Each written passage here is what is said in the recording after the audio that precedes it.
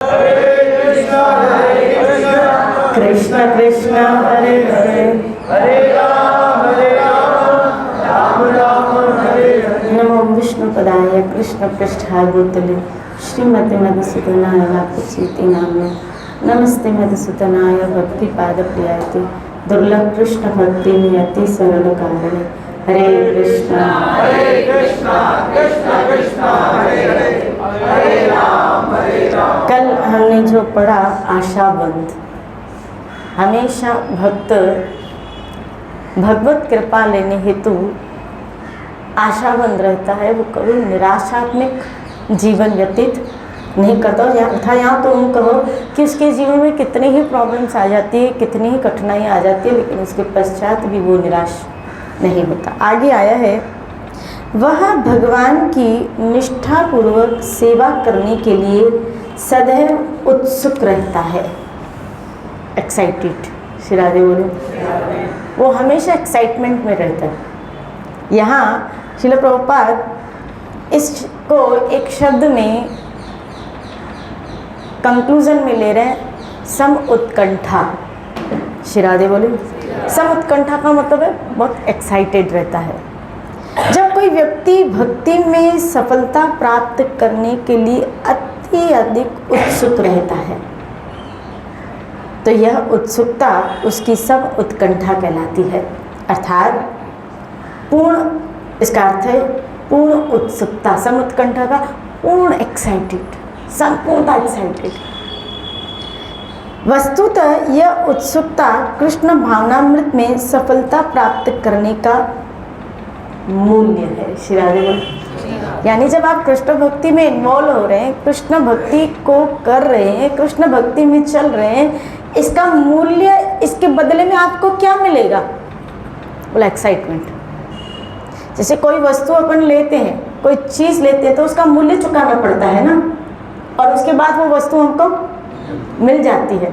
तो कृष्ण भावनामृत में आप चल रहे हो, इसका मूल्य, इसके रिवर्ट में आपको क्या मिलेगा? बोला सम उत्कंठा, यानी आपका भगवान की सेवा के प्रति, भजन के प्रति नित्य एक्साइटमेंट बना रहेगा। श्री राधे बोले, हर वस्तु का कुछ मूल्य होता है और वह वस्तु को प्राप्त करने या अधिकार में लेने से पहले उसका मूल्य चुकाना पड़ता है। वैदिक साहित्य में उल्लेख मिलता है कि कृष्ण भावनामृत जैसी अमूल्य वस्तु को खरीदने में सफल होने के लिए तीव्र उत्सुकता विकसित करनी होती है। श्री राधे बोले, कृष्ण भक्ति प्राप्त करने के लिए तीव्र उत्सुकता का होना बहुत जरूरी। जैसे बिलो मंगल का यहाँ एक एग्जाम्पल आया है, उन्होंने अपनी कृष्ण कर्णामृत नाम में जो लिखा है, वे कहते हैं, मैं वृंदावन के उस बालक का दर्शन पाने के लिए उत्सुकता पूर्वक प्रतीक्षा कर रहा हूँ, जिसका शारीरिक सौंदर्य सारे विश्व को मोहित करने वाला है, जिसके नेत्र श्याम, बाहों से बद और कमल दल की भांति फैले रहते हैं और जो निरंतर अपने भक्तों पर उत्सुकता पूर्वक दृष्टिपात करते रहते हैं, अतएव इधर उधर हिलते डुलते रहते हैं। उसके नेत्र सदैव गीले, उसके होंठ तांबे जैसे रंग वाले रहते हैं तथा इन होठों से एक ध्वनि निकलती है जो मनुष्य को मद अंग हाथी से भी अधिक उन्मत्त बना देती है। ये भगवान की सुंदरता का वो वर्णन कर रहे हैं जो वो एक अपने मानसिक पटल में वो जिसका चिंतन कर रहे हैं कि मैं उस बालक का दर्शन पाने के लिए बड़ा उत्सुक हूँ। कैसा? बोला, उन्होंने हर प्रति अंग का जो बहुत गहरा चिंतन किया है उसको एक्सप्लेन किया है। श्री राधे बोले, उनके होठों से एक ध्वनि निकलती है। श्री राधे बोले, वंश की ध्वनि जो ब्रह्मा आदि, शिव आदि को भी मोहित करने वाली है। इस वंशी की ध्वनि ने खाली नीचे के लोगों को ही नहीं पर ऊपर के लोगों को भी, वहाँ के लोगों को भी पागल बना दिया है। ठाकुर की जब वंशी नाद निकलती है, वंशी ध्वनि निकलती है, हर एक प्रकृति का एक और उस वंशी की नाद को सुनते हुए पिघल रहा है। ऐसे तो मेरे ठाकुर की होंठों से हम जैसे फूंक मारते, तो हमने फूंक मारी, लेकिन ठाकुर के होठों से जब एक फूंक भी निकलती, श्री राधे बोलो, जो उनकी मधुर लीलाएं, आस्वादनीय लीलाएं, जो लोग उन लीलाओं का चिंतन करते हैं, कितनी तो मधुर लीलाएं, कैसे तो ठाकुर रुमझुम रुमझुम पायल, सोने के कंकड़, हीरे और जवाहरातों से बने हुए ज्वेलरी, और जैसे वो करधनी पे माँ यशोदा जब उनको कमर का बंद पहनाती है और उसको बांधे हुए, एक दिन मुझे लीला स्मृति में आ रही है कि एक दिन अभी ठाकुर जी के दांत नहीं आए थे। आपको पता है ना, जो पशु का बच्चा होता है, जैसे गाय का या हिरन का, पशु का बच्चा जिस चौपे होते हैं, तो वो पैदा होते ही विदिन में थोड़ी देर में वो चलने लग जाते हैं और उनको बाय बर्थ दांत होते हैं। आपने कभी गऊ के बछड़े को देखा हो, थोड़ी देर में चलते हैं और बाय बर्थ उनको क्या होते हैं, दांत होते हैं। तो एक दिन ठाकुर जी बहुत रोने लगे, बहुत रो रहे हैं। तो मैया पूछे, आखिर तू रो क्यों रहा है? बोला मेरी तो नाक कट गई। ठाकुर जी बोले, मेरी तो नाक कट गई। बोला हुआ क्या? बोला क्या हुआ? बोला ये देखो, सारी गोपियां मेरे पे हंसती हैं, सारे सखा मेरे पे हंसते हैं, और ये गैया, ये तो मेरे को देख के ही। तो बोला लेकिन क्यों? बोला देखो मैया, गैया का बछड़ा मेरे बाद आने के पैदा हुआ, लेकिन उसको पैदा होते ही दांत है, और मेरे अभी तक दांत नहीं है। तो मैं जब हंसता हूँ ना, तो सब मेरे पे हंसते हैं, क्योंकि मेरे को दांत ही नहीं है। श्री राधे बोलिए, मेरे को दांत ही नहीं है। श्री राधे बोलिए। तो बोला मेरे को दांत ला के दे।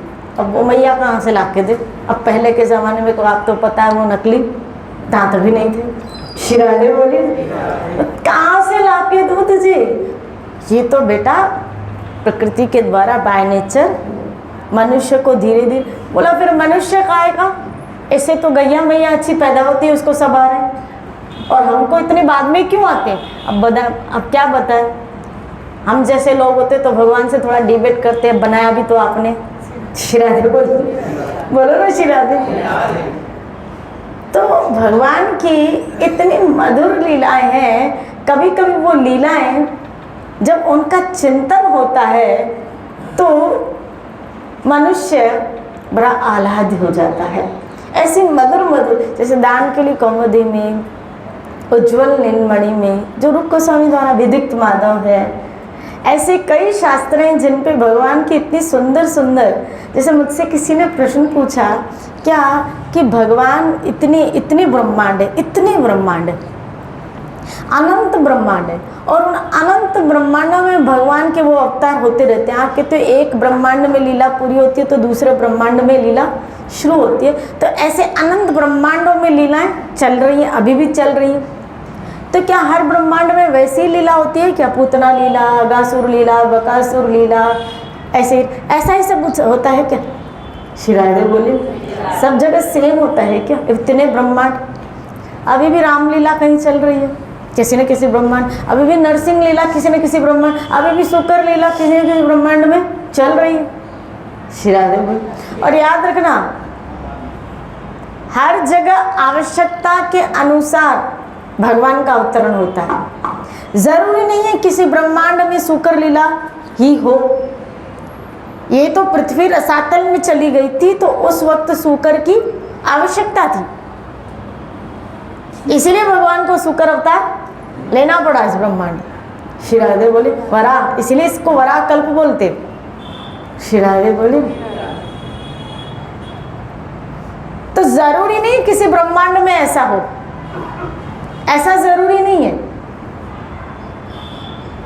जहां जिस ब्रह्मांड में जिसकी जरूरत पड़ती है उसके अकॉर्डिंग ही ठाकुर जी का अवतरण होता है। शुद्ध भक्त महापुरुष उनके चिंतन में कभी कभी वो ब्रह्मांड की लीलाएं लाइव टेलीकास्ट चलती है। श्री राधे बोले। और हम और आज जैसे लोग क्या करें कि जो ठाकुर जी ने किया है उसका हम श्रवण मनन और चिंतन करते हैं, क्योंकि हमारे वहां तक पहुंच, जिसकी जहां तक पहुंच है, जो जहां तक अप्रोचेबल है, जिसकी जहां तक शुद्धता है, पवित्रता है, हम एटलीस्ट इतना तो करें क्या कि जितनी भागवत में, इन ग्रंथों में, अब देखो दान के लिए कौमुदी में आप लीलाएं पढ़ो तो कितना गहरा चिंतन है रूप गोस्वामी महाराज का, कितना गहरा। जी गोस्वामी ने अपने ग्रंथों में कितनी भगवान की लीलाओं का वर्णन किया, कभी पढ़ो आप। श्री राधे बोलिए। तो भगवान की अनंत लीला, अब वो क्या, उनका चिंतन है। कभी कभी ऐसे महापुरुष लाइव टेलीकास्ट, कैसे लाइव उस ब्रह्मांड में भी जा सकते हैं, भगवान की उस लीला में क्या पार्ट लेते हैं। कभी उनको आनंद लेना होता है, या फिर ठाकुर जी उनके चिंतन में आ जाते हैं, चिंतन के द्वारा कभी कभी प्रैक्टिकल भी आ जाते हैं, ऐसा भी होता है। ऐसा ब्रज के भक्तों में आया भी है। श्री राधे बोलिए। अब जिसकी जितनी पात्रता होती है, अब हमारी पात्रता यहाँ तक है, कम से कम भजन तो करे, इतना तो करे, चिंतन तो बहुत, क्योंकि हमारे चिंतन में तो बहुत वैरायटी के लोग हैं। श्री राधे बोले। एटलीस्ट जितनी देर सत्संग में बैठे हो, जितनी देर संत के सानिध्य में भजन कीर्तन में बैठे, उतनी देर भागवती वृत्तियाँ अपने अंदर रखें, भागवती चिंतन रखें, कि उस वक्त उस देर के लिए, थोड़ी देर के लिए भूल जाइए कि मैं गृहस्थी हूँ, मैं पुरुष हूँ, मैं स्त्री हूँ। बस इतनी देर खाली इतना याद रखिए, मैं श्री कृष्ण का हूँ, मैं श्री कृष्ण की हूँ। श्री राधे बोलिए। इस वक्त ना गृहस्थी है, ना ही कोई आश्रम, ना ही कोई वर्ण, ना ही कोई जाति, ना मैं मारवाड़ी हूँ, ना मैं सिंधी हूँ, ना मैं गुजराती हूँ, ना मैं ये हूँ, मैं सिर्फ श्री कृष्ण का हूँ, मैं सिर्फ श्री कृष्ण की हूँ। श्री राधे बोले। ये बात खोपड़ी में रखे कि मैं सिर्फ श्री कृष्ण की हूँ, और वो भी आद से, अनाद से, सनातनी। यहाँ कैसे आप देखो, कैसे कृष्ण का चिंतन, कितना कृष्ण भावनामृत में वो व्यक्ति तलीन रहता है। और इसकी यहाँ इसलिए कहा क्या कि अगर आपको इसमें सफलता प्राप्त करनी है तो भगवान की सेवा में निष्ठा और सम उत्कंठा, उत्सुकता बनाए रखें। अगर इसमें आप सफलता चाहते हैं, आगे पहुँचना चाहते हैं, मंजिल तक अगर हम पहुँचना चाहते हैं, श्री राधे बोले, ये द्वार तो मिल गया, ये द्वार तो मिल गया है, लेकिन मंजिल पे पहुंचना अभी बाकी है। द्वार मिल गया है, लेकिन मंजिल पे पहुंचना, जैसे प्लेटफॉर्म पे तो पहुंच गए, लेकिन गाड़ी में चढ़ना अभी बाकी है। ऐसे द्वार तो मिल गया, सत्संग भजन ये सब द्वार है, द्वार तो मिल गया, लेकिन मंजिल पे पहुंचना अभी बाकी है भाई। उस रास्ते पे चल तो पड़े हो। अब उस रास्ते से स्लिपिंग भी इस बीच हो सकती है। श्री राधे बोलिए, बोलो ना श्री राधे। और उसमें आपकी उत्सुकता, आपकी एक्साइटमेंट, जैसे आज ही बापू जी का मैं एक सत्संग सुन रही थी, तो उसमें बापू जी कह रहे थे क्या, तीनों गुण, रजोगुण, सतोगुण और तमोगुण, तीनों गुण माया में है। आपका मूड आज बहुत अच्छा है, बहुत अच्छा है, बहुत अच्छा है, लेकिन ये मूड अच्छा भी हो सकता है आपको भगवत चेतना से दूर करे और आपको भोग में लेके जाए। सतोगुण, आपका मूड बहुत खराब है, बहुत खराब है, बहुत खराब है, और बहुत खराब मूड निराशा में लेके जाएगा, और निराशा भक्ति से आपको दूर कर देगी। श्री राधे बोलिए। क्या मिला मुझे भजन करके, मुझे माला घुमा के, मुझे सत्संग जाने के बाद मिला क्या? मुझे कुछ भी तो हाथ में, उल्टा जो था वो भी चला गया। मुझे कुछ भी तो हाथ नहीं आया, भक्ति करने से मुझे दुख ही तो मिला। आप क्या समझते हो, अगर आप भक्ति नहीं करते थे तो आपको दुख नहीं मिलता था? आज कई ऐसे लोग जो भजन नहीं कर रहे हैं, भक्ति नहीं कर रहे हैं, क्या उनके जीवन में दुख नहीं है क्या? किसने बोला? श्री राधे बोले। आप यूँ कहते हैं कि भक्ति करने से इतने दुख मिलते हैं, तो मैं आपसे पूछती हूँ जो भजन नहीं कर रहे हैं, भक्ति, उनके जीवन में दुख नहीं है क्या? उनके जीवन प्रारब्ध कर्म अनुसार दुख आना निश्चित है, तकलीफ आना। अगर पाप कर्म किए तो प्रारब्ध कर्म अनुसार वो प्लेटफॉर्म हर जीवन में, हर एक व्यक्ति के जीवन में आएगा। तो फिर आप कहें हम भक्ति क्यों करते हैं? पहले तो अपने दिमाग में बिठा लो, हम भक्ति अपने आप को जन्म मृत्यु के बंधन से मुक्त करने के लिए कर रहे हैं। श्री राधे बोलो। इस जन्म मृत्यु के बंधन से हमेशा पाप पुण्य, दुख सुख, लाभ हानि, निंदा स्तुति, ये जीवन के वो प्लेटफॉर्म है जो हर व्यक्ति को उससे गुजरना पड़ता है। नफा नुकसान ये सब चलता रहेगा। भक्ति इसलिए नहीं की जाती कि आपको संसार की सुविधाएं मिल जाए। कभी कभी संत के पास भी इसीलिए जाया जाता है, लेकिन याद रखना किसको कृपा कहेंगे। कबीर जी का एक दोहा है, कबीर जी कहते हैं हरि कृपा जानिए, हरि कृपा जानिए जब दे मनुष्य अवतार, हरि कृपा जानिए जब दे मनुष्य अवतार, गुरु कृपा जानिए जब छोड़ा वे संसार। श्री राधे बोले। ये है गुरु की कृपा कि जब आपको संसार के बंधनों से वो आपको क्या करे, जब आपको विषयों से वो मुक्त करे। वास्तव में वो गुरु की कृपा है जब आपके अंदर भक्ति के भजन की उत्कंठा लालसा को उत्पन्न कर दे, आपको भक्ति की महत्वता को बता दे, आपको भजन की महत्वता को बता दे, आपको आपके मनुष्य जन्म की महत्वता को बता दे कि मनुष्य जन्म आपको किस लिए मिला है। श्री राधे बोलिए। और वो इतना घड़ जाए भजन, इतना गाड़ दे श्वास हमारे अंदर भजन के महत्व को इतना जागृत कर दे कि हम जिंदगी की किसी भी परिस्थिति में भजन को छोड़ने के लिए तैयार ना हो। ये है गुरु का चमत्कार कि जब आपके अंदर भजन के प्रति इतनी दृढ़ श्रद्धा को जागृत करा दे। श्री राधे बोलिए। नाम के प्रति एक दृढ़ श्रद्धा को जागृत करवा दे। वो नाम के साथ नाता जोड़ता है, संसार के साथ नाता नहीं जोड़ता। गुरु माइटी करने वाला नहीं कि आपके रिश्ते ये करवाए, ये प्रॉब्लम ठीक है, लेकिन ये गुरु का काम नहीं। गुरु आपका नाता गोविंद से जोड़ता है, नाम से जोड़ता है। श्री राधे बोलिए। आपका नाता उससे जुड़, ये गुरु का काम। देखो जो गुरु का काम है ना, उनसे वो काम लिया करो कि मेरा मन भजन में बस काम है। अगर आपका मन भजन में लग जाएगा, संसारिक प्रॉब्लम, आप देखिए कर्दम ऋषि का मन भजन में लगा था तो उनके भौतिक कार्य, नरसिंह मेहता का मन भजन में लगा था तो उनके भौतिक कार्य, सेना नाई का भजन में मन लगा था तो उनके भौतिक। कहाँ रुकी?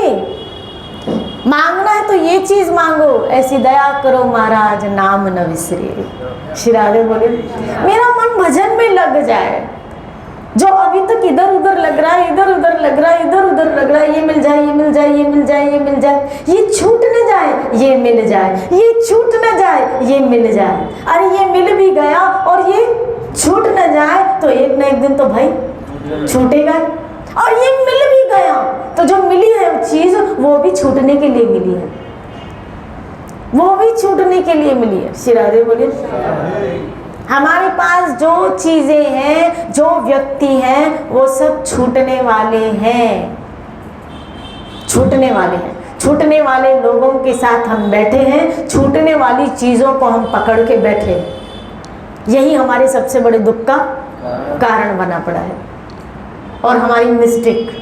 छूटने वाली चीजों को पकड़ के बैठे हैं और छूटने वाले व्यक्तियों को, छोड़ने वाले व्यक्तियों को, अपने आप को उनसे जोड़ के बैठे हैं।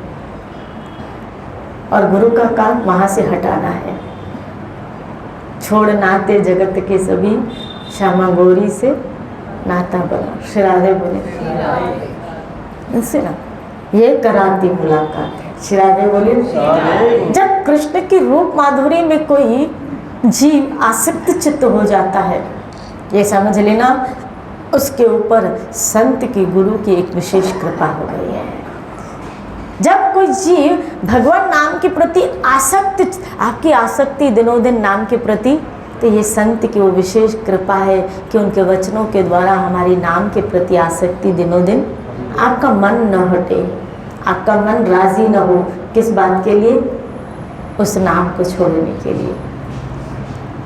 यही गुरु का चमत्कार, वही संत का चमत्कार है कि आपका झुकाव नाम के प्रति, उनके प्रभु के रूप के प्रति वो कर देते हैं, वो हमें झुका देते हैं। श्री राधे बोले, आसक्त चित्त हो जाए, आसक्त चित्त हो जाए। और सच बताऊं, जब तक अनर्थ खत्म नहीं होने वाले हैं तब तक ये चित्त ईश्वर में लगने वाला भी नहीं। इसलिए खूब भजन करो, भजन की कमाई करो, नाम की कमाई करो। प्रॉब्लम्स ये चलते रहेंगे, आप नाम की कमाई करते हुए चलो। हरे कृष्णा कृष्णा कृष्णा हरे हरे राम। कभी कभी कई लोग मुझे कहते हैं कुछ अनुभव तो नहीं हो रहा है, कुछ रस नहीं आ रहा है, कुछ अनुभव नहीं हो रहा है, खाली मुंह से बोले जा रहे, कुछ हो तो नहीं रहा है।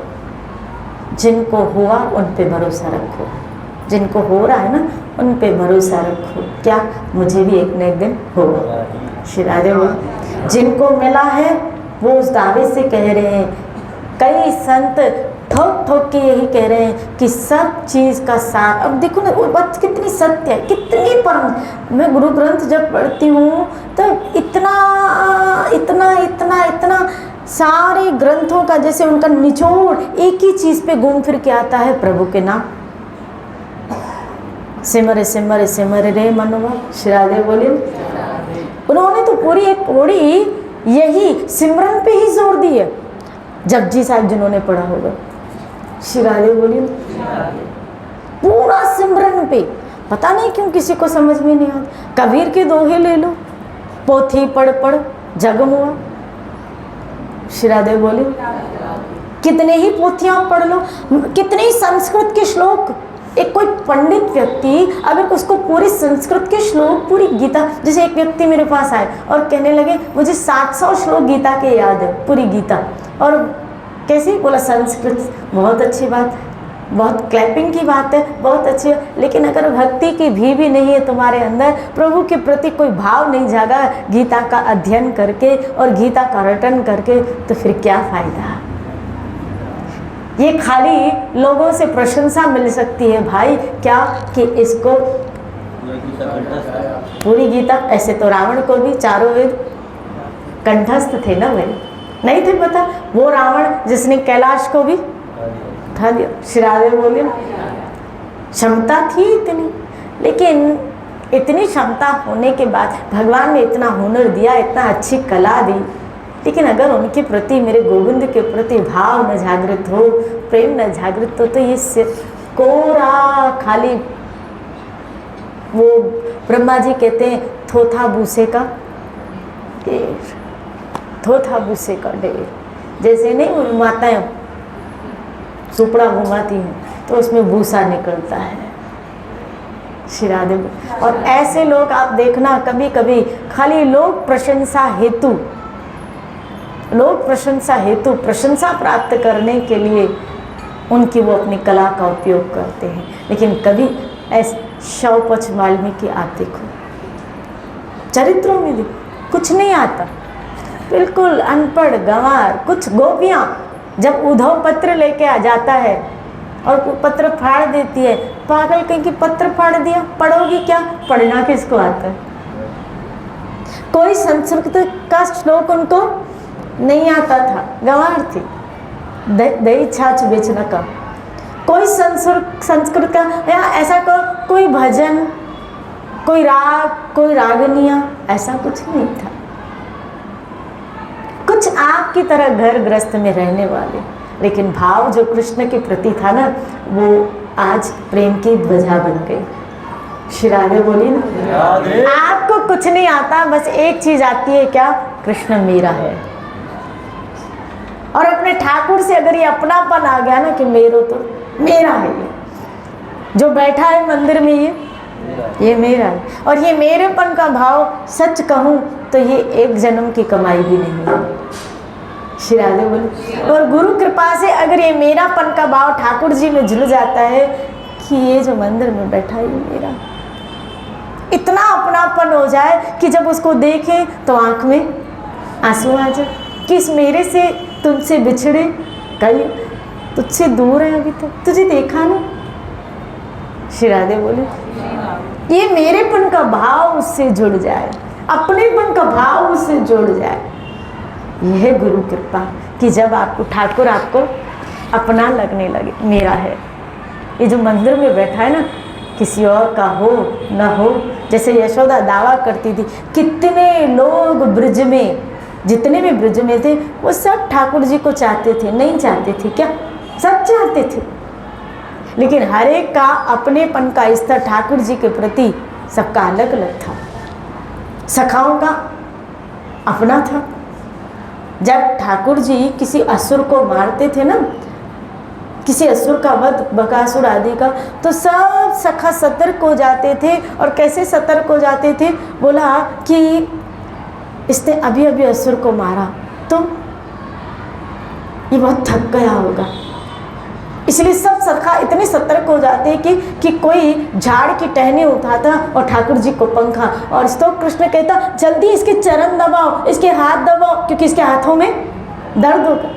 जब ठाकुर जी ने गोवर्धन उठाया, यशोदा चीख फाड़ के रोने लगी थी। इतना रोए जाए, इतना नंद जी के क्या हुआ? बोला मेरे बेटे ने उंगली पे गोवर्धन उठाया, मुझे इस बात की चिंता हो रही है कि उसकी उंगली में कितना दर्द हो रहा होगा। मुझे उसको ये नहीं, उसका ऐश्वर्य नहीं दिख रहा है, यशोदा को ऐश्वर्य नहीं दिख रहा है कि उसने, और सब चकित है। लेकिन यशोदा इतनी भाव विह्वल थी कि मुझे चिंता हो रही है कि उसकी उंगलियों में कितना दर्द हो रहा होगा, तो ये जल्दी कोई इसको सहारा दे, कोई हटाए तो मैं इसकी उंगलियों को दबाऊं, मालिश करूं इसको। लो, क्या तो भाव, क्या ये एक जन्म से भाव प्राप्त होगा? बताओ। श्री राधे बोले अर्जुन तो ऐश्वर्य देखना चाहता था, लेकिन ये ब्रजवासी ऐसा भाव ठाकुर जी के प्रति कि ठाकुर ऐश्वर्य दिखा रहे हैं, उस ऐश्वर्य में भी वो उनकी सेवा की चिंता कर रहे हैं। क्या कहेंगे, किसे कहोगे ब्रज का भाव कि जब ऐश्वर्य देखने के बाद भी उससे प्रभावित ना हो। अब अर्जुन क्या कह रहा? ऐश्वर्य देखा, अर्जुन ने क्या कहा? मैं आपको आगे से, पीछे से, बाएं से आपको नमस्कार कर रहा हूँ, लेटे लेटे मैंने अपराध कर दिया हो। ऐसा तो ऐश्वर्य ब्रजवासियों ने जब गोवर्धन उठाया तो कहते, सखा ये कहते यार हम तेरे को क्या समझते थे, ये तो क्या निकला। श्री राधे बोले हम तेरे कंधों पे चढ़ जाते थे, देखो गाली भी दे, मधु मंगल तो कई बार ठाकुर जी को गालियाँ भी दे देता था। श्री राधे बोलिए गालियाँ भी दे देता था, तेरे को लड़ना नहीं आता तो चीटिंग करके ही हमेशा जीतता है। बहुत बहुत कई बार सुना था। हाँ, अपने आप को बड़े राजा का बेटा समझता है, ऐसे कई बार सुना देता था। श्री राधे बोले